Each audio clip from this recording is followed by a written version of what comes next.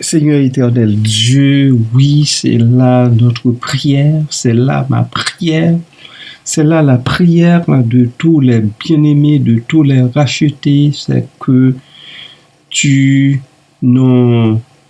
sois plus près de nous chaque jour et que nous aussi, nous nous soumettions à tes lois, à tes ordonnances, que nous restions, Seigneur, couchés au pied du trône pour être bénis par toi. Merci Seigneur d'être là pour nous depuis toujours et ce jusqu'à maintenant et tu le resteras jusqu'à la consommation des siècles. Merci Père, béni soit ton nom en Jésus. Amen. Bien-aimés du Seigneur et amis de partout, je vous souhaite un bon matin, une bonne journée aussi et un bon 1er mars 2024 dans la paix, la joie et la félicité du Seigneur notre Dieu. Je dis bien dans la paix, la joie et la félicité du Seigneur notre Dieu, parce que ces bénédictions sont là pour ses enfants. La Bible nous le dit, nous le croyons bien, et c'est ce que nous voyons se passer jour après jour sous nos yeux, même si nous faisons face à des épreuves, à des difficultés. Nous savons que notre Dieu est tout-puissant, il est là pour nous, il nous soutient sur le chemin. Psaume 22, verset 2. Mon Dieu, pourquoi m'as-tu abandonné? C'est un psaume qui résonne, ce verset résonne comme un cri déchirant, un appel désespéré vers le ciel. C'est le cas de plusieurs d'entre nous. L'auteur, accablé par la souffrance et l'angoisse, se sent délaissé par Dieu.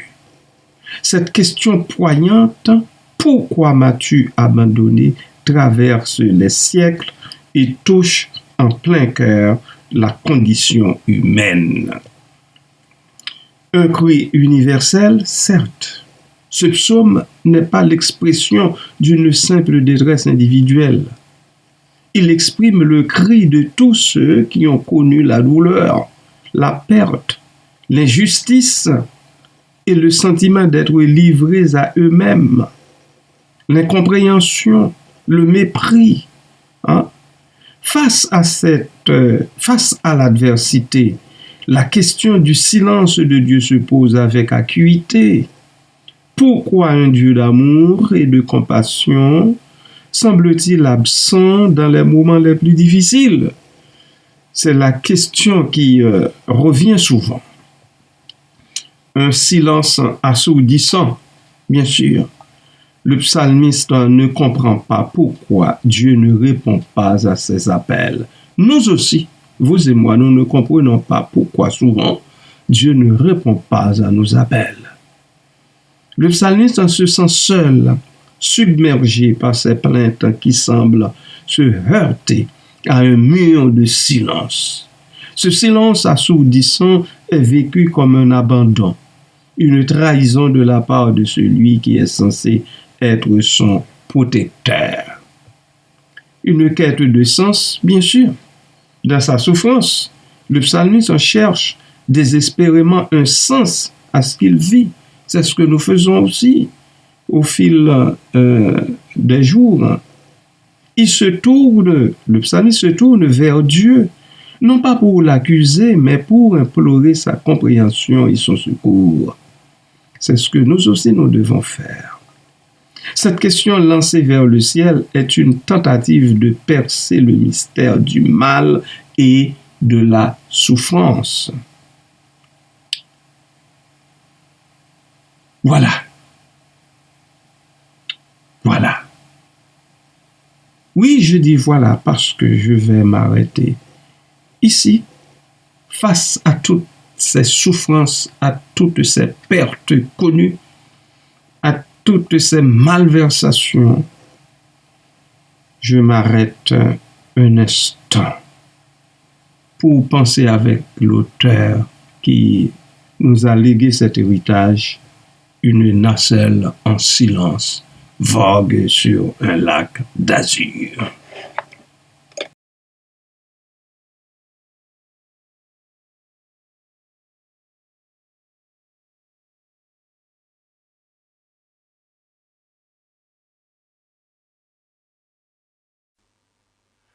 Une nacelle en silence vogue sur un lac d'azur. Tout doucement elle avance sous un ciel tranquille et pur. Mais soudain le vent s'élève, chassant un nuage noir.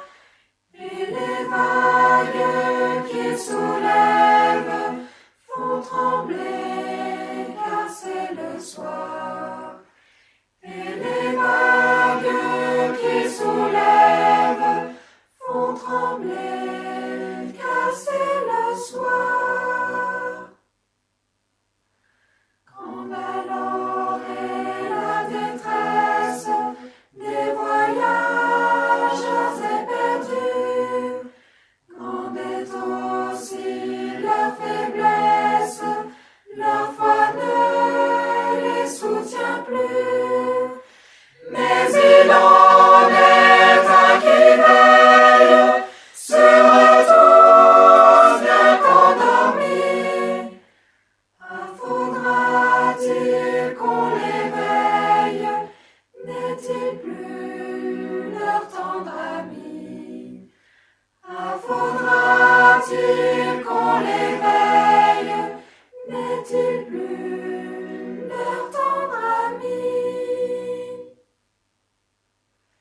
Maître, es-tu donc insensible? Tu le vois, nous périssons. Tout miracle t'est possible. Sauve-nous, nous t'en prions. De aussitôt il s'approche, puis il dit au vent tais-toi. Et tendrement leur reproche d'avoir eu si peu de foi. Et tendrement leur reproche d'avoir eu si peu de foi. Ainsi souvent dans la vie, l'orage assombrit nos cœurs, bien que pour nous Jésus prie, prêt à calmer nos terreurs. Comptons mieux sur sa tendresse, son cœur ne saurait changer. De ses brebis en détresse, il est toujours le berger. De ses brebis en détresse, il est toujours le berger.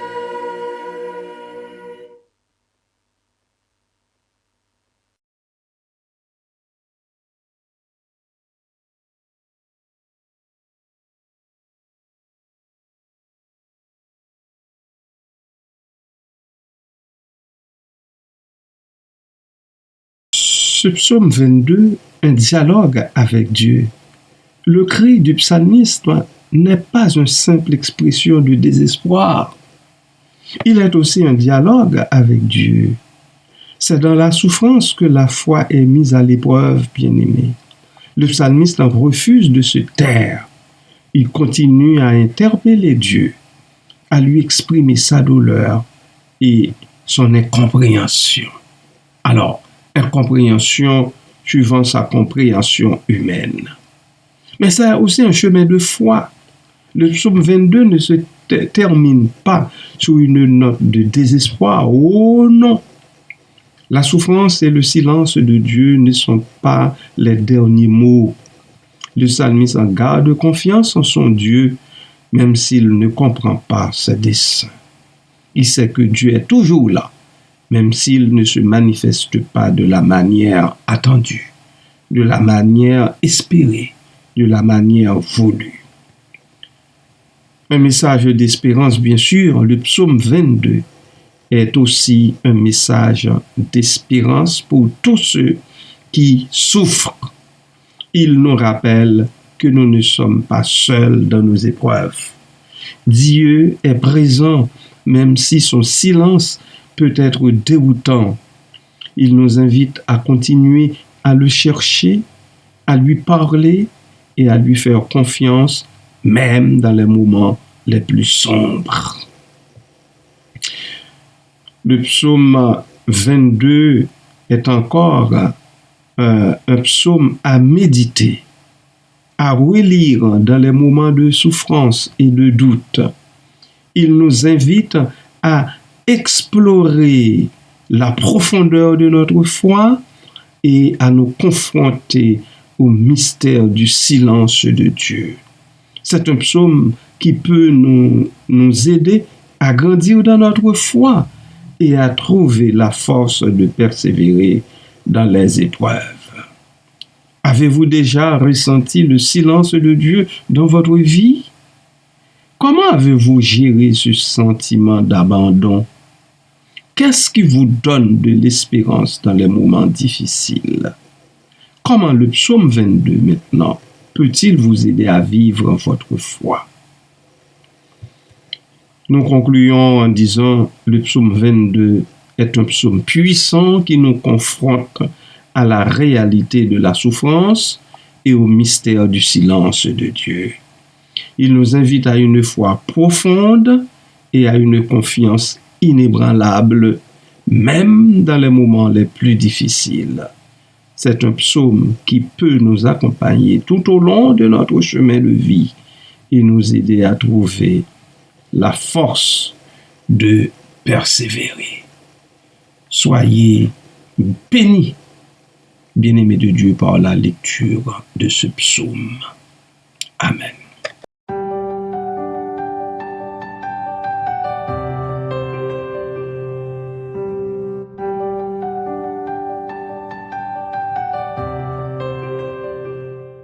Quand j'étais petite, on m'a dit que les sages parlent très peu, que leur éloquence c'est d'agir, car les actes parlent mieux.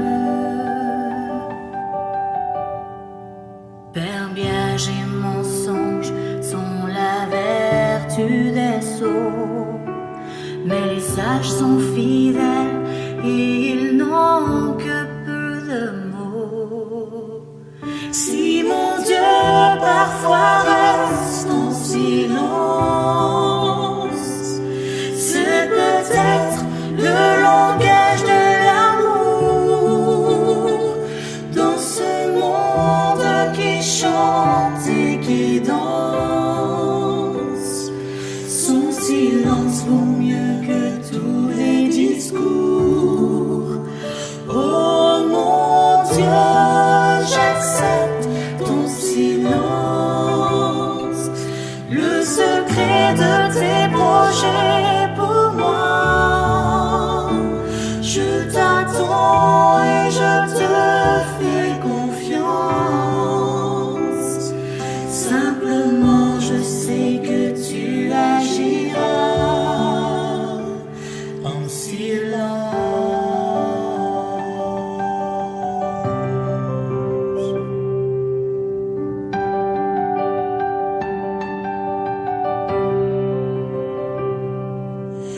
si le figuier a séché, qu'il ne porte plus de fruits.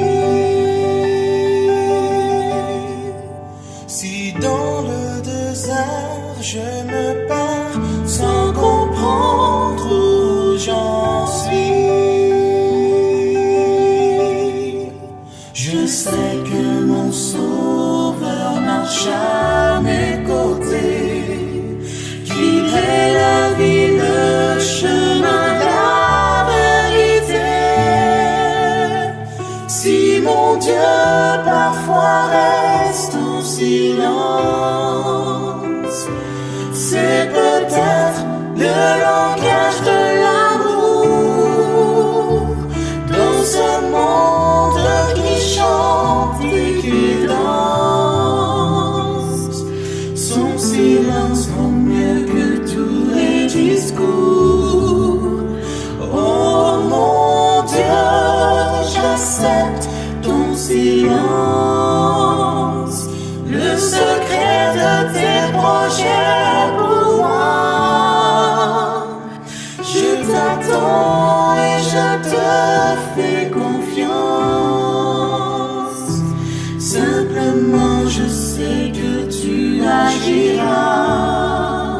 Si mon Dieu parfois reste en silence, c'est peut-être le langage de l'amour dans ce monde qui chante et qui danse. Son silence vaut mieux que tous les discours. Oh mon Dieu, j'accepte ton silence, le secret de tes projets pour moi. Je t'attends et je te fais confiance. Simplement je sais que tu agiras en silence.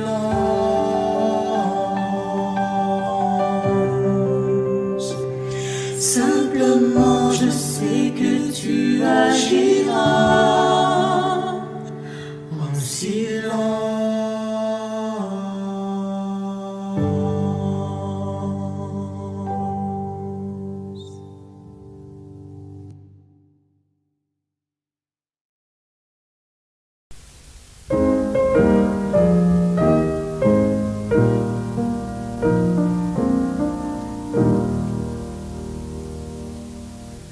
L'Éternel te bénisse, l'Éternel te bénisse et te garde, fasse lever la lumière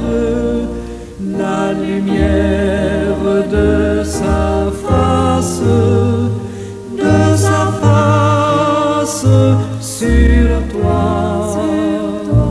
sur toi, use de grâce envers toi et te donne la paix, et te donne la paix.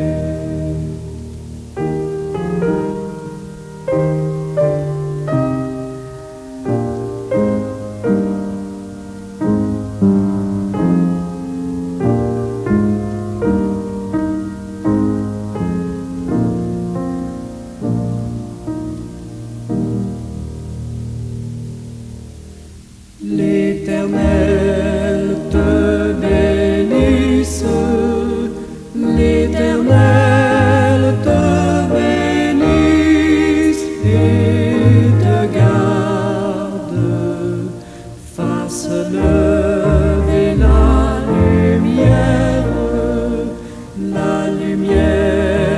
de sa face